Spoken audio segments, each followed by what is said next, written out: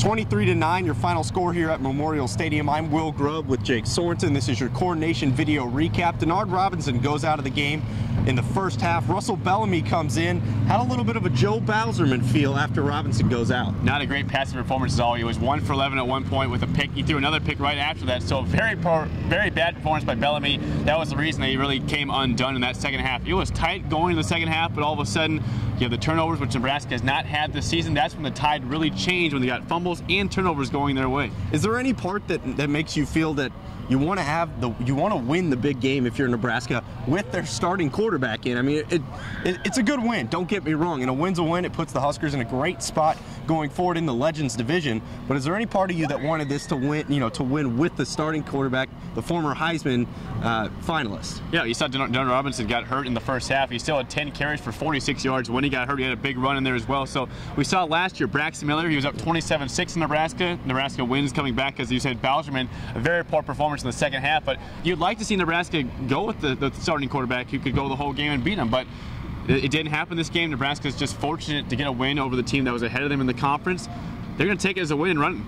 After the game, Bo Pelini saying he tried to give out the black shirts last week. The players, they didn't want them. Last year they got them. They laid a goose egg the next game. P.J. Smith said that the guys were leery of getting them until they thought they earned them. It's pretty safe to say they earned them tonight. They were wearing them after the game. 188 yards of total offense for Michigan. Now 104 penalties for Nebraska. You thought it could have been even worse than that as the score went on, but Nebraska did a great job. The defense, 2 straight weeks. You said just barely over 300 yards allowed last week to Northwestern.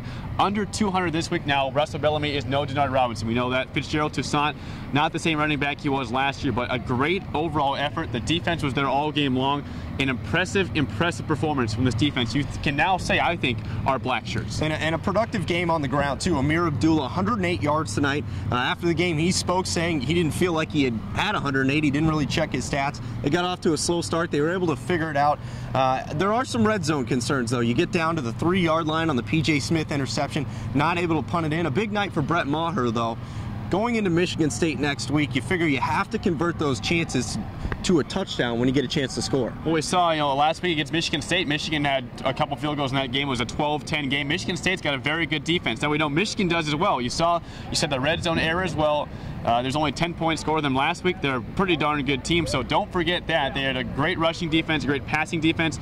Nebraska was fortunate to get a win. They won by 14. There were some other things involved, but overall, I think going forward, you're right. The defense is great, but the offense is somewhat of concern in that red zone. I'm Will Grubb. He's Jake Sorensen. That's going to do it for us from Memorial Stadium with your CornNation video recap.